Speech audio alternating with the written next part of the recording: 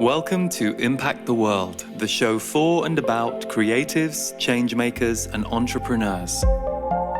This is a conversation episode where a special guest shares with me what they are creating and the behind-the-scenes journey of their experience.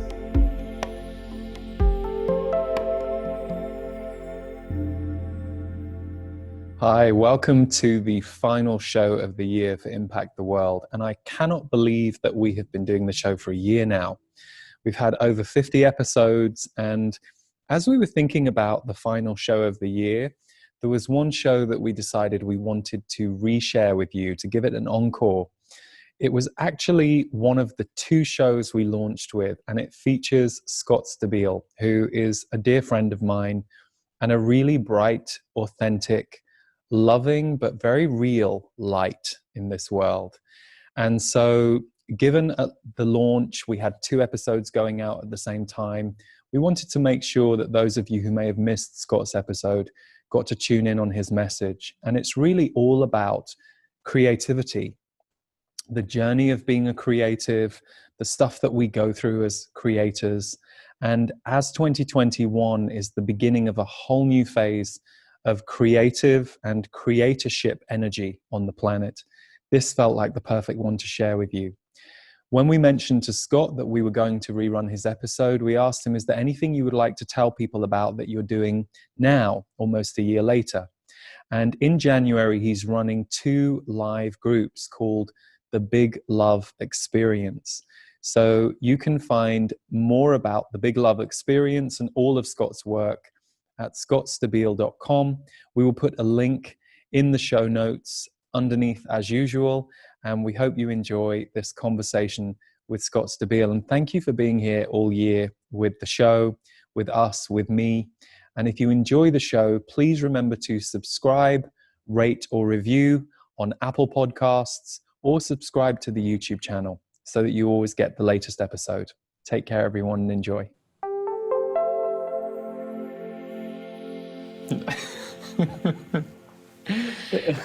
So welcome to today's episode. I am laughing because I'm here with a very good friend, Scott Stabile, who is, to me, a very bright light in our world around creativity and what you put out. And we're going to try and be serious intermittently throughout this. No, that's fine. It's great. And thank you for being here. It's a pleasure, yeah. So you and I met because someone forwarded something to me that you had posted online on Facebook. Mm-hmm. And for those of you who don't know Scott's work, he has a really powerful platform on Facebook and on Instagram. The best way I could describe it is you just tell truth really well in poetic and impactful and digestible ways. Thank you. Whether it's a quote or whether it's a paragraph. And that was what got me when I first read something. And of course, you and I both used the phrase big love. Mm-hmm. And someone said, oh, you should see this guy, Scott. So then I got your book, which was just coming out around the same time, which for those of you watching is here with us, Big Love, The Power of Living with a Wide Open Heart. And knowing you personally, I know that you make that your mission. Yeah. So welcome, and thanks for doing what you do. And this podcast, really, I wanted to speak to creators about why they do what they do. So if we can go back to the very beginning, what was your childhood like around creativity and being a creator? And you can laugh as much as you like. I'm only laughing because I'm thinking back to 5 minutes ago before we started filming when you said to me, don't fuck this up for me. Yeah, I like to put the pressure on Scott. It's important. So I'm feeling very relaxed and Good. at home. That's how I wanted you to be. Yeah. What was my childhood like around creativity, did you ask? I don't know that it was I don't reflect back on that as an especially creative childhood. Beyond playing games and makeup and not wearing makeup, I mean making things up, with friends in the neighborhood and playing sports. I don't think I really came into my creativity until late into college. I went to the summer before my senior year in college. I went to this literature program for 6 weeks, and it was at a camp on Lake Winnipesaukee, which is this really beautiful lake in New Hampshire. I don't know if you're aware of it, but it's really beautiful and surrounded by mountains. And we spent 6 weeks studying the transcendental authors like Emerson and Thoreau and Emily Dickinson and all these people who were speaking to being who you are in the world, essentially. And we didn't have, for 6 weeks, all we had was a journal. And they said, here's your journal, everything we're studying in class, everything you're doing here, just write it down, keep it in your journal. It's the first time in my life that I kept a journal. And I'd always been drawn to English and I'd always been good at writing, you know, but I'd never really just shared my thoughts kind of journal style and approached my day-to-day experience with you know, compelled to sit down with the journal and talk about what did we do today and how did I feel about what did we do today. And that was really, I think, when I started opening up more to creativity, you know, and to self-exploration, to kind of sitting with what's going on, how am I feeling about what's going on, you know, what does this look like? Does that answer your question? Yeah, it does. It does. So writing really wasn't a thing for you in your younger years. It just kind of burst Not forth. at all. Yeah. Wow. It wasn't. It was a thing in as much as like I was always a top English student. You know, I always got A's on anything I had to write for class, but I was never writing on my own outside of school. I was never really drawn to doing anything, you know, like that. Yeah. Right. And now do you write most days or? It depends on the day. Yeah. I'm not a writer who is like butt in the chair every day, no matter what at all. After Big Love came out, I went months without writing. And I think in part because I put so much energy into writing Big Love and creating it. And once it was out, my energy was still with the book. It didn't feel like a time to shift into anything new because I wanted to promote the book. And, you know, so I wasn't writing for months. And then, of course, my mind started thinking, you'll never have another idea again. You're never going to be creative again. And then suddenly, you know, you sit down and you start writing. I mean, I was writing little things sometimes for social media, but even that, I was mostly just recycling things that I'd already written. I've written tons of stuff for social media, lots of memes, lots of 1 and 2 sentence things. So it's easy to reuse those, you know. So no, my approach to writing now is if I'm not working on a specific project where I'll be much more focused and diligent and will be like showing up at the computer, butt in the chair. If I'm not doing that, it's just like, if you feel like writing, write. Yeah. There aren't rules about it. You know, you're not only a writer if you're someone who's writing every day. Yeah. You know, I think it's totally okay to go months without writing if you don't feel compelled to write. And then sometimes when I do feel compelled to write, it's a frenzy, you know, and that's okay too. I think that we sometimes feel like we use rules to belittle ourselves, you know, and to call ourselves, or to take away from being a writer or a creative or a singer or whatever it is if it's not something we're invested in daily. You know, I'm not really somebody who feels like if I'm not writing, my life would be over. You know, there's some people who ascribe to this feeling, and I believe it's true in them, where it's like they wouldn't be able to move through life if they're not writing. It's the thing that centers them the most. And I have a different relationship with writing. I enjoy it. Sometimes I really enjoy it. Sometimes it's totally awful, you know, and grueling.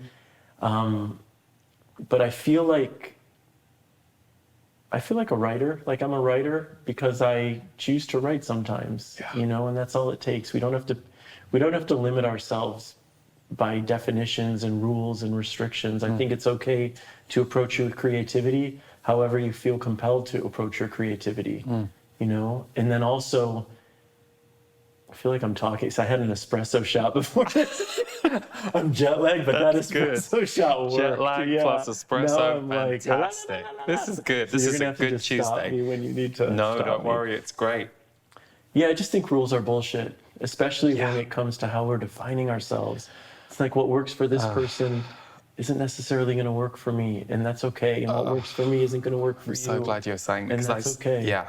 I say this about spirituality and self-growth, and I feel that working in this field that I've worked in for 15 years, I get a little exhausted and annoyed by the rules that I see being put on people as if they are blanket for all, because I just know that none of us are built that way. We're all unique, we're all individual. So I also think it's so important that you expressed how we go to those rules as a way of beating ourselves up. I often think we go to those rules when we're afraid. We don't tend to go to those rules when things are flowing. When things are flowing and we're just in life, and but it can often be, oh, okay, well, if I just work harder at this, X will be okay. And it's usually, no, X doesn't feel okay right now, and that's okay. And I love that about your writing, because you give such permission to feel the crap, which I think is still fairly new in our world compared to what you and I grew up with when we were little. You didn't really see advocates of the difficulty and acknowledging the difficulty in life. And I love that about what you do on social media, especially because I feel like you give everyone permission to go, oh, thank God, it's not just me, and I'm not the only one thinking this about myself, and it's okay. Yeah, absolutely. And I feel like there's more of that now than ever, which is great. I love seeing that. I love people talking about the shit instead of pretending they have it all figured out. No one has it all figured out, or very, 0.0001% of the people have most of it figured out, maybe, and are sitting in this state, but most of us are struggling and figuring it out along the way. And I think so much for me about what's helped me in my life creatively, what's helped me in my life just in terms of my relationship with myself, is just checking in. Like checking in with myself and checking in with my body, checking in with my spirit. How does this feel? How does it feel to be sitting at my computer right now and showing up and writing? Is this something that I want to be doing? Am I in alignment with my heart space right now? And if so, beautiful. And I don't always do this, by the way. I push myself in different ways when I'm clearly not in alignment with my heart space. And that's part of it too. We can't always show up for ourselves the way we want to show up for ourselves. But can we still offer ourselves gentleness? Can we still remember we're human, even when we're not showing up how we want to or need to? That's human. And that's also where the growth will lie. So rather than thinking you shouldn't be a certain aspect of yourself, how do you love yourself when that aspect shows up that you don't enjoy so much? Absolutely. Which I love about this book, Big Love. In a way, it feels like you take a series of chapters of your life. Every chapter is dealing with a different chapter or aspect of your life. And it's beautifully written, of course, because it's you. But it's also I feel like what you do so well in the book and in other parts of your writing that I've seen online, although there's less room to do that online in a way, is you zoom in and you zoom out. And you let us zoom in deeply on how it felt, and then you zoom out and see the bigger picture. So it gives that kind of effect. And one of the most powerful chapters in the book for me is when you shared about the movie, The Yogi Loves. And we're laughing because I knew The Yogi Loves was coming. When I first spoke to Scott about this, I went, oh, I love the chapter about the Oogie Boogie movie. And he laughed because it wasn't the Oogie Boogie movie. No. I was thinking of Tim Burton's Nightmare Before Christmas. But I'll just share what I loved about that chapter, and then perhaps you can riff on it. The things that I still remember, because they were really golden for me. You had this movie contract. Everybody involved in the movie, you were writing this movie. Everybody involved in this movie thought this was going to be the next big movie, and that it could be a franchise. And I remember specifically we talked about the merchandise, and you thought, oh my God, this is going to launch my career, and I'm not going to have any money worries because, the action figures are going to be selling for years. And I was reading that going, I was in on it too. I was there spinning the roulette wheel with you going, we're going to win. And then fascinatingly, the movie bombed. And epically so. And it's one of your biggest lessons. So share your what you'd like to share about that chapter, because for me as a creator, I knew that so well. I mean, the chapter for me is about a couple things, and the experience of the Yogi Loves it is still to this day the lowest grossing extra wide release movie. I'm so proud of you. Thank you. So proud of you. That's awesome. I wrote the biggest bomb. Why be in the middle? Which I actually can smile. Exactly. I can smile about it now and I'll take some weird pride in it, which wasn't the case in the moment. It was very humiliating and painful. Of course. Very painful. And I mean, for a couple different reasons. One, just from a creative standpoint, to be openly and overtly and snidely mocked. I mean, not me personally necessarily, because it's more than just a writer, but still, I took everything very personally that was said about the film. So that was really hard. When this is my first big creative thing, to have a script turned into a movie was a huge deal. Because the odds of that happening are slim, and then to have that movie actually make it into theaters was a huge deal. So to have it roundly scorned was painful. And then at the same time, as you mentioned, I had my financial future kind of built into the success of this movie. They were talking about sequels before the original one even came out, and I thought, wow, this could really be something. I mean, this could really set me up in a very comfortable way.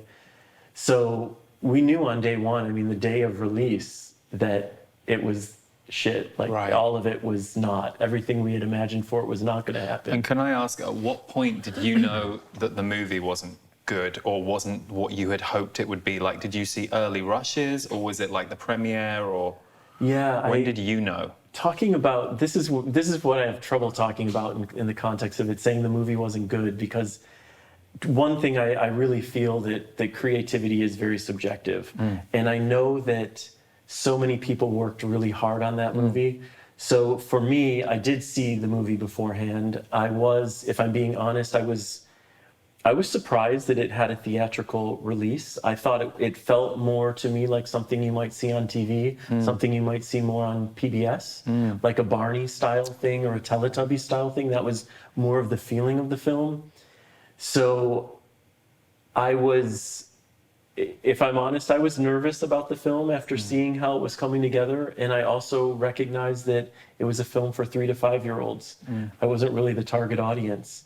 So I had the good fortune of we did a mommy blogger tour before it came out. So we went to different cities and invited mommy bloggers. There's a whole world, I don't even know if you know what that is. There's a world of mommy bloggers out there, like moms who blog about everything to do with moms. But wasn't Glennon Doyle Melton... That's how she started. Momastery. Momastery. Yeah. She's much more than a mommy, you know what I mean? That's how she got her start. Yeah, that's what I thought. That was her start, yeah. So there was a world of this, and we would have moms come with their kids, and one of the cool things about the Yogi Loves is that it was the creator, the producer, Ken Weisselman, had a really great idea. He said, listen, I want to make a Rocky Horror for children. Are you familiar with Rocky Horror? It's fantastic, yeah. So what he was saying, and I got it right away, I'm like, that's a great idea, was the idea of creating a movie for kids where kids would be invited in the theater to get out of their seats and interact with the film. So throughout the film,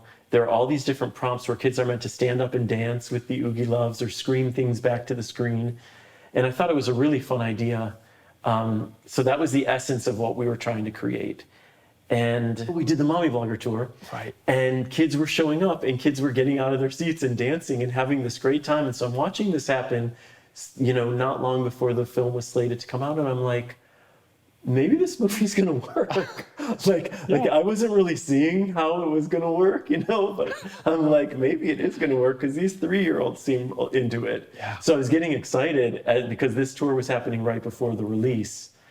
But I was nervous. It didn't feel like a theatrical film to me, honestly. And that's a really good point, because that to me is where context is everything. So I've been a film buff all my life, a little less now obsessive about it than I used to be, but I still read Box Office Mojo. I still look at Rotten Tomatoes, and I like to study it all.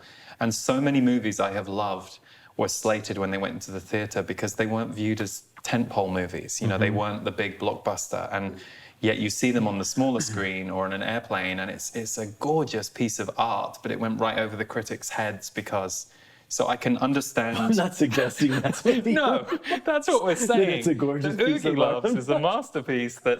No, but I guess I'm just support. We're going to rewrite history. But what I want to also point out is you did share with me that it has a bit of a cult following, which is Rocky Horror. So yeah, I'll tell you, you and I were both just interviewed as part of a creativity summit. Spirituality summit. Yeah. So Jacob is the guy who interviewed us. Well, you know that. Yes. Thanks for clearing that up. You forgot last week. I had. That was last Thursday. But he, after we spoke, he wrote me an email and he said, I have to share this story. After we hung up, I was talking to my 22-year-old son and we were talking about our conversation and he brought up the Yogi Loves as well. And I was telling my son about it and my son said to me, you know the guy who wrote the Yogi Loves? And he was obsessed with the Yogi Loves. So I think for like 22-year-old, well, I don't know that his son's a stoner, but I'm going to assume maybe. There was a bit of a cult following, you know. Yeah, and as someone who studies Box Office Mojo, the most interesting thing on Box Office Mojo is the hits and the misses, really. I'm not so interested in the middle, I'm interested in, wow, that really made its budget like a million times, and that one cost the studio. So I'm curious, how long did it take you, do you feel, to kind of recover from that experience? Because it wasn't too long after that you started your Facebook page. It was because, well, this is a few things about the Yogi Loves. It was because of the Yogi Loves I started my Facebook page, which is also, for me, a great lesson. Like, you plant seeds and you never know how they'll harvest, honestly, because the PR guy said, listen, you should start a Facebook page as the writer for the Yogi Loves, and you can engage with fans and you can promote the film. Well, the film, I mean, there were no fans, or there were very few. So there was no one to engage with, you know, and there wasn't, and it was in and out of the theaters in like a day and a half. So there wasn't a lot of promotion to do. But suddenly I had this Facebook page and I'm like, well, what do I want to write about now? I'm like, well, write about the things that you're excited about, things like love and compassion and kindness and facing fears. And that's the whole way my page came to be. So if it weren't for the Yogi Loves, I don't know that I ever would have started a Facebook page. Maybe, I can't say for sure, but it was because of the Yogi Loves that I did. And I'm certain Big Love wouldn't exist without the audience that I was able to show up with to the publisher and say, they loved my book, they loved the sample chapters, but in this day and age with nonfiction books especially, it seems like publishers really want you to have a platform. So I look at all of the gifts that the Yogi Love they gave me, along with the creation of it. It was really fun to write it. I feel like I need to speak to the moment it came out and what happened for me, because for me, that was me seeing that it ultimately doesn't matter how your creativity is received, right? It's like, are you going to choose to show up and continue to create? I was really depressed for, I'd say, 2 weeks, which sucks to be really depressed for 2 weeks. But given the magnitude of the failure, I'm like, 2 weeks isn't so bad. And it's not like I was over it right away after 2 weeks, but I wasn't in that pit of feeling humiliated and in despair. And I don't think I ever questioned that I would create again. I never hit a place where I was like, forget it. I'm never going to go after this again. I'm never going to do this again. I think some part of me understood that you have no control over how your creativity is received. You only have control over your willingness to keep moving forward with it, right? And what I love about you sharing that is I think of the Yogi Loves reminded me of kind of the dreams I had of my first music album when I was 23, 24, and I thought, oh, this is great, this is destined. Like, you know, it might not be a big hit record, but it's going to at least get me into the record industry. I wanted to make the second one, and I knew I'd do better on the second one, but that didn't happen. And so for me, I had a similar kind of like deflation and, oh my God, I followed all the signs. It felt like things were moving. The money came. How could this be? And of course, years later, I'm still doing music, and I learned so much from that experience. But equally, I feel sometimes very untouched by success as well. Like, there are things that I've done that have been quote unquote successful in other people's eyes and in numbers, and it's nice, but it's nice for about an hour. And more importantly, what I like about it is what it connects you to. So I feel like with the work I've been able to do, and like you had an audience gather around it, you know, it leads to things like this, where we can sit here and create this. And this is the next step, and who knows what we'll be doing in 5 years. But you're so right that the inner creative life force is very separate to wish fulfillment and healing. They're separate. I think it's important as a creative to find an audience for your work at some point, at some level, because that takes that away. it's like, oh, that's what it's like to have my work seen, received.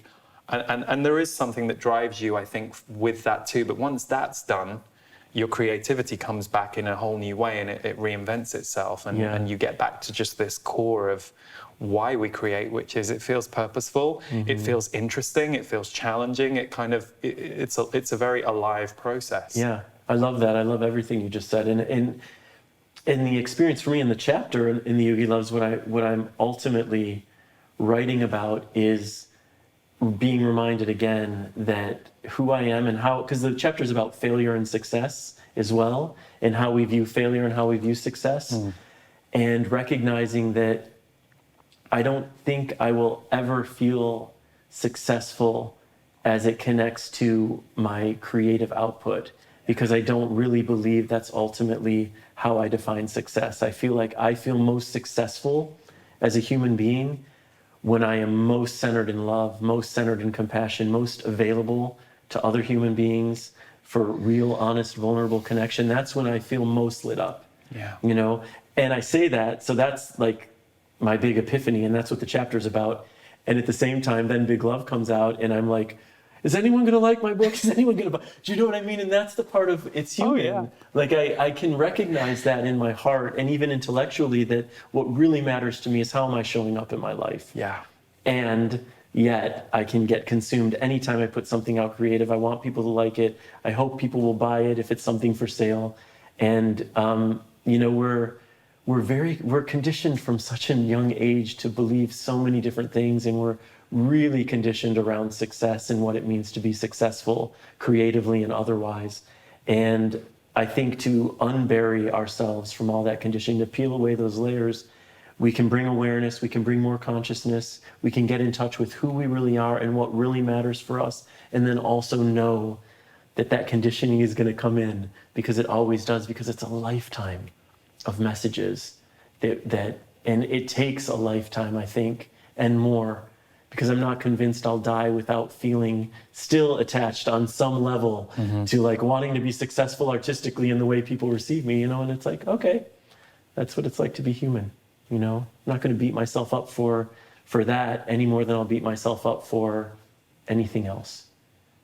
You were there for me when my book came out a few months back. We both with New World Library, who we adore. They are just Shout amazing. out. Yeah. World. So Mark Allen, Kim Corbin, the whole team. And I remember I left you, because we leave Marco Polo messages for each other, which is this little video app. And I left you a message going, oh, I feel really weird. Like, we just moved into this office. The book, so we were in the middle of moving into this office, which was a step up. The book was about to come out. And I was just processing my crap. And I remember you left me a message back going, oh yeah, I went a bit mad when my book came out for a while, because also you're doing all the interviews, and that's not normal. Like, you don't normally sit and talk about yourself and what you've just created to, you know, 50 show hosts. And so, that was really helpful to me, because I do think it's a really tricky thing when you put creativity out into the world, because I think in some ways a piece of you either goes with that creativity or can be made to go with that creativity by others. And yet, in an ideal world, the best thing we would do is put them out into the world and not even look at like, it's almost like, because it's none of your business once it's gone out there, because everyone else is going to have their opinion and their idea. And I think that's the fear that we feel as creatives before we're about to release something. You don't quite know what's going to hit you. And Amanda Palmer, who I know we both really admire and enjoy, she just talked about that with her latest album, which is an amazing album. And she was scared, because she said the last time she went out into the big arena beyond her Patreon, she got mauled because of her Kickstarter campaign. So that fear is so, I think it's what stops a lot of people from putting stuff out. And yet, I think if you know that's part of the course and part of the growth, you would just put your thing out. Absolutely. I mean, there's a lot of vulnerability in sharing anything creative. You know, fear walks hand in hand with creativity, especially if you intend on sharing your creativity in any way. And with Big Love, there are a lot of really personal stories in there. So it doesn't feel real. It feels real when it feels real to the extent you're writing it. It's just you and your computer. Then it's you and your editor, but it's still just one other set of eyes on it. and then maybe a handful of others sets of eyes on it before it actually goes out into the world. But for the few weeks before this came out, I was like, oh my God, this is really going out into the world. And did I have to share that? And did I have to share that? It was like everything I had shared, suddenly it was like vulnerability overload, because this was becoming incredibly real. And yeah, that's when I feel most alive, is when I am sharing vulnerably with others who are able to receive and share in the same way. And I believe that's ultimately not only how we heal ourselves, but we move healing forward in the world. And I know that, I mean, Amanda Palmer's a great example, is I know that the art I respond to most deeply, it's people who are just raw and real and putting their truth into the art that they're creating and sharing with the world. Like this, for me, is the kind of art that opens me up the most. You know, it was reading Amanda Palmer's book, The Art of Asking. It was when I finished reading the book, I'm like, okay, I'm ready to do my Kickstarter campaign. That was honestly, it was like I shut the book and I was like, I had thought about doing a Kickstarter campaign for the book that came out before Big Love. And then I was like, it's time, you know, just do it. You're never gonna hit a point where you're not scared to do this. So you have a choice to make. You can just either do it afraid or just not do it. And why would you ever choose to not do it when this is something you really feel called to do in your heart, right? That's always the choice we have to make in life. It's like, fear will almost always be there. Fear will always be there when we're doing things that are in alignment with our heart and our truth, that are pushing us to expand beyond our comfort zone, that there will be risks that have to be taken. Yeah. Right? So the choice will always be to say no and to just stay in our box of conditioning, the tiny little box, in the box of fear that keeps us small, or to recognize just because fear is saying no doesn't mean I have to say no. I can still move forward. I can move forward with my fear. No problem. Fear can come along, right? As Elizabeth Gilbert says in Big Magic, beautiful book on creativity for anybody out there. She says, I always have this conversation with my fear before I start my next creative project. I know you need to come along for the ride. You're just doing your job, but you get the back seat, and under no circumstance do you get to drive. You know? I love that quote from her. Yeah, and it's a beautiful way to approach fear, because it's not about becoming fearless. Nobody's moving through life fearlessly. You know, it's about recognizing our fear is just trying to protect us, but it's not going away. So we got to get in the habit of moving forward with our fear. If we're going to create anything, you know, create new, big, bold possibilities and connections. Creative courage isn't fearlessness. You only need courage if fear is present. Absolutely. And so I'm curious, you just mentioned it was The Art of Asking, which is a great book, by the way, Amanda Palmer. That led you to do your Kickstarter campaign. Yeah. And I have your Kickstarter book, which is called Just Love. Yeah.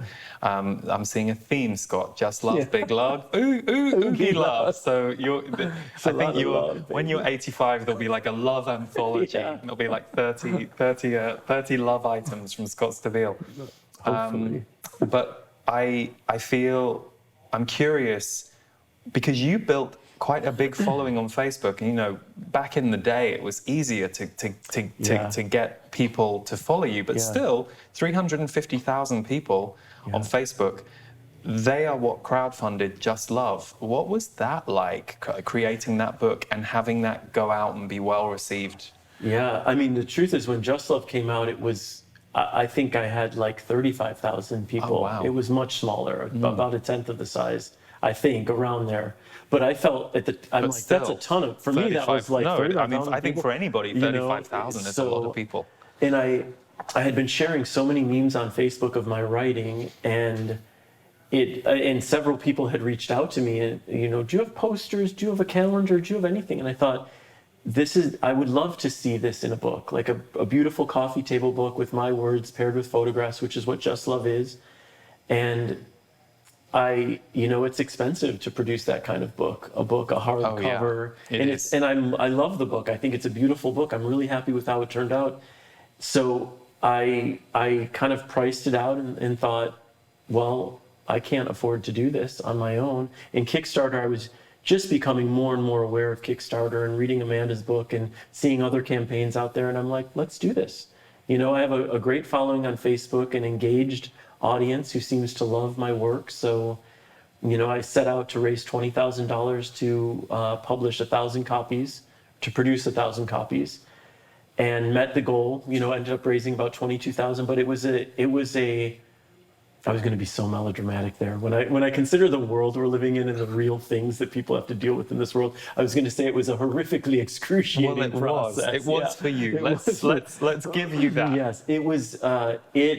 Every imaginable fear around worth and creativity came up around Kickstarter, because here I am now for the first time asking for money for what I'm doing, for my creativity, asking people to support something that didn't yet exist. I felt really insecure. I really questioned whether or not I was worthy of people's money, of this generosity, if what I was ultimately going to produce was going to be worthy of what they're doing. I felt certain that people would be judging me. And most people were incredibly supportive. I got a couple messages from people really put off that I was asking for money to do my, you know what I mean? And it happens. And that was such a huge insecurity within me that it felt like a dagger to the heart. We attach ourselves to the judgments of others when we have that same judgment within ourselves. It's when people bring things up that we're dealing with in ourselves where it feels extra painful. Because if I weren't struggling with that in myself, I'd be able to receive these comments and maybe it would be a little ding, but it wouldn't go in like this. I do think that's mostly true, but I also think there's another aspect. Having gone through that myself a lot and worked with other people who've gone through it, I also think it's when most people are sheltered from the crowd and what the crowd want to say, because they don't live their life in response to a crowd. They might live their life in response to their family, their co-workers in one building, and they know the drill, and there's a kind of form. But it is another thing to put yourself out there publicly to thousands upon thousands of people. And I think part of it is also the shock that comes that, why would someone say that? Because especially if you wouldn't, and I do, I've seen this, I've experienced this. It's a tricky thing. Money is often a trigger for people. And I never understand it, because I think, you don't have to buy anything. Nobody is hammering you to the, making you buy a thing. But I think it's a trigger because money is just such a wounded area in the world. And understandably, it's a very unfair financial system we have. A lot of people are really struggling. So I get where it comes from, but I also think the combative nature of those comments, they have an impact sometimes just because they're combative. It's that's true too. I think what you said is, for me, 80% that, but I think 20% of it is just dealing with, this is what it's like to be on the receiving end of a crowd, and a few of them decide to throw some bricks at my head. No, I think that's true. And Kickstarter, my campaign was 30 days, which doesn't sound like a long time. It is a very long time. That is a long time. Especially because the way Kickstarter tends to play out, and doing research about it and from my personal experience, is you get a lot of people in the beginning, the first few days, and a lot of people in the last days who've waited. And then there's this whole middle ground, and it just feels like it's going on and on and on. And I'm already feeling insecure, and it already feels like this heavy, very much exposed process. And embracing needing to market myself and, needing to put myself out there and say, this is what's going on. And I way overcompensated in the other direction of not announcing it enough. I remember 2 weeks in, I wrote this long post about, if it feels like I'm announcing it too much, I apologize. And the first comment under, she's like, I didn't even know you had a Kickstarter campaign. You know what I mean? And when I reflect on Big Love, I realize how much I overcompensated there in terms of not wanting to put myself out there too much in a way that might be distasteful for people. So this was one of the most exciting things in my life, this book coming out. And I was quiet about it. I was too quiet about it. And I'm realizing that's all my own insecurity.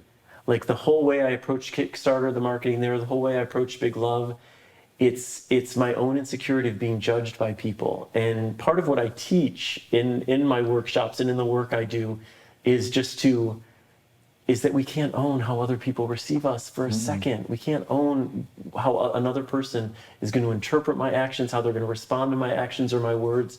And that if we allow ourselves to be controlled by the impressions of others, we're never going to do anything in our lives, that worthwhile. We're just going to stay like this, right?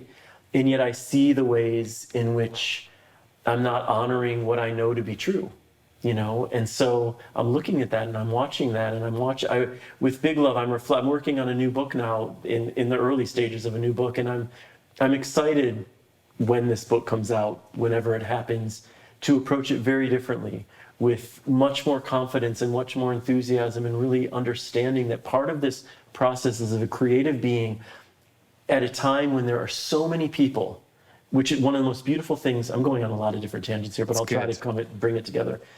One of the most beautiful things about technology and the world we're living in now is that people can share their creativity without all the gatekeepers telling them that they can't. Totally. It's so beautiful. It's amazing. We're seeing so much, and there's so much, so it's hard to sometimes get through everything which is beautiful. And also I feel inundated sometimes. I'm like, I know there are so many people expressing beautiful things, but there's too much of it to possibly touch it all.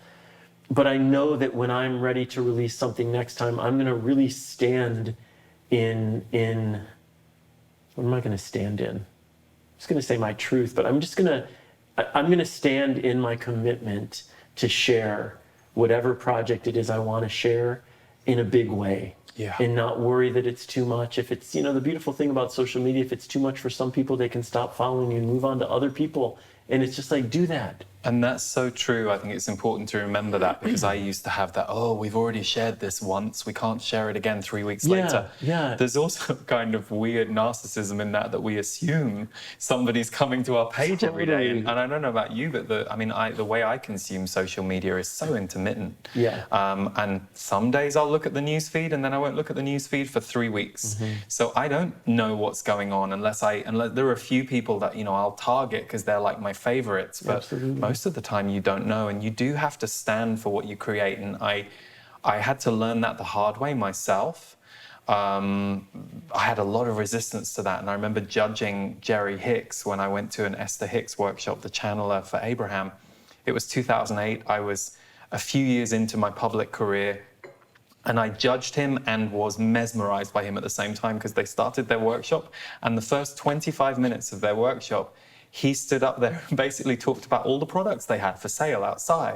And me as a British person, I'm sitting there going, you can't just stand there and tell us about all your products, sure, because that's what I would have done. I'd have ignored the fact we had products. I wouldn't have even mentioned they were at the back of the room. And yet he was so right, because I then went out and I bought several of their things, and I really loved those things. So all he was doing was he was being the bridge between these things they'd created they believed in, and that were absolutely worth what my financial exchange was for them, and no one was forcing me. But if he hadn't done that, I might have just gone, there's a table with some stuff on. And having run my own events, especially in the early days, that also was important, because physical events are expensive to run, and people don't realize that. They see the ticket price and they think, oh, wow, that's a lot of money. They don't know how much you're paying the venue, how much you're paying to fly in, all that stuff. So until you get to a certain scale, it's important to be at physical events kind of engaged with everything that's going on in the room. And I see it the same way on social media with things you're creating. If you have a platform,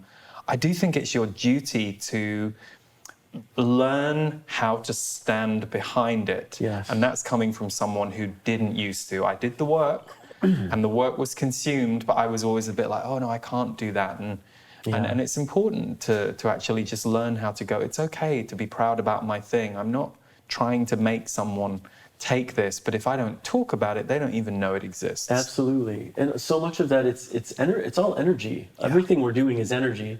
And so how intentional are you going to be about the creativity that you're working on and that you want to share with the world? The more intentional we are, the more active we are in our own promotion, it has to be a part of the equation, I believe. And I think it's a valuable part of the equation, because essentially, if I can stand up for what I'm putting out creatively, I am standing up for myself in some way, which for me always reflects self-love. It's a way of honoring my worth. It's a way of saying that this thing that I've created is valuable simply because I am inherently valuable, as we all are. and knowing that you are inherently valuable, it makes sense that whatever you choose to share with the world will have inherent value in it because it's what you have to share, right? And you are unique. We all are. So it's a tough one for artists and healers. Creatives and healers are the worst. Starving artist, starving healer. Yeah, the story is one and the same, and it's so funny because I can talk to my artist friends and my healer friends, and I can like show them all of the places where this is happening in their lives, and yet it's always most difficult with yourself. Yeah, you know. And yet I really love working with friends who are creatives and healers who are on that very issue, because I think when you've owned it a little bit more for yourself, it doesn't mean you don't have doubts or fears, but absolutely, you just know what an important building block that ownership is to everything else, the creativity, the people you meet. It's just absolutely. And I think it's important to remind people, because I know that you, if we look at you, for instance, you appear to be this incredibly successful person who's doing important work, and that it feels like it's purposeful to what you feel called to do in this world. You have a large audience. You're doing it, right? But you're not without fear. You're not without insecurity. And so for people to see you, they can think erroneously that, well, it's easy for him because look at where he is, and now he's established, and now he's successful, and he has books, and he has online courses, and you know what I mean? Completely. But the whole reason you have all that is because you were willing to show up with your fear. You didn't shut down. You didn't close down in the face of your insecurities. You know what I mean? I'm speaking for you. I love it. Can you just follow me around? This is all just truth. Yeah, this is your truth I'm sharing right now. But the reality is there's no successful person out there who did not get there without also confronting mountains of insecurities and fears, because we're all human and we're all dealing with it. When I shared earlier that moving into this office studio coincided with the release of the book, and I was like in fetal position for a few weeks, like really, because I was in here like building furniture, and it was a big investment, and it was a commitment to, okay, well, if we're taking this on and investing the money that we're investing in and things like this podcast, I'm just trusting that things aren't going to tank in a month. But what I had to tell myself was, well, if things tank, I'll figure it out. Absolutely. It's like, but all that stuff comes up, and I love that you share that, because a friend just left me a voice message the other day. She was saying, I just want to know, how did you find your purpose? Because you're someone I really admire, because you live your purpose and you have your life and you have this successful work, but I also see you taking time for your life. And I said, I still think what's my purpose all the time. Like, because I think that's human. Like, I get that from the outside, you look like, you're doing all these things, but I think it's human to go, am I doing, or it is for me anyway, I'm someone who's always thinking, should I still be doing this? Like, I'll have those thoughts. And I think it's the creative mind, the visionary mind. It's always curious about what's next and what's new. And I think part of that has to be willing to break down what already exists in order to rebuild something else. So I know we don't have much more time, even though I can talk to you for hours, and I'd love to get you on the show again, because I think we could explore some more. But I just want to quickly touch on, you do a lot of workshops where you walk people through creative processes as writers that really are self-growth workshops wrapped up as creativity workshops. And I was just curious about those. And they're really not even creativity workshops, to be honest. I mean, the one is called Writing Yourself, and it's a writing workshop, but it's using writing as a tool for self-exploration, for self-reflection, and for growth. Now, the beautiful thing about that is what I believe ultimately is any work we're doing on ourselves, anytime we're getting deeper into our truth, in the truth of who we are, we serve our creativity. So that's why I feel like it's not really a creativity workshop, but it absolutely serves creativity, because our creativity is served by truth, right? And the more clear we get about who we are and who we are not, the more we can bring aspects of who we really are to whatever it is we're doing creatively, right? And the more we can start discarding the nonsense, the bullshit, the conditioning, the stuff that we have felt we have to bring to our creativity, and that's powerful, and there's nothing I enjoy more than sitting in a circle of people and getting to the real shit. Yeah. Like talking about why we are really here on this planet, or just talking about like what feels good. You know, what is feeling okay, what is not feeling okay, and how can we align our lives more with things that actually create more peace and joy and meaning in our lives, and how can we start getting rid of the stuff that doesn't, right? And starting to pay attention to what that does for us as human beings, as creative human beings, as compassionate human beings, discarding the bullshit, giving more energy to truth. It always serves everything. Right? I mean, that's the essence. The summit we were in was basically creativity as a means of spirituality. Yeah. That's all I'm talking about. That's all I'm doing in the workshops I'm doing. It's more like the spiritual aspect and how it's going to serve every part of your life moving forward. And so I naturally get a lot of creative people in it, because creatives, I mean, we're all creative, but people who are really focused on their creativity and creative outlet, they're tapped into their spirituality. There's really no separation. Their sensitivity. Usually, you know, people who are very sensitive, and absolutely, it kind of goes hand in hand. So absolutely, yeah. Awesome. So if I wanted to check out one of your workshops, I could go to your website at scottstabile.com. Perfect. Thank you so much for today. I think there's so much of value for any creative, and it's just always great to hear your journey, whether it's on Facebook or in your book or live. So for anybody who's tuned in and has enjoyed it, I highly encourage you to get Scott's book, Big Love, and to check him out on Facebook and his website. And brother from another mother, love you very much. Thank you, brother. Thank you for being here. Yeah, my pleasure. Thank you so much. You have been listening to Impact the World. For more of my work, please visit leeharrisenergy.com.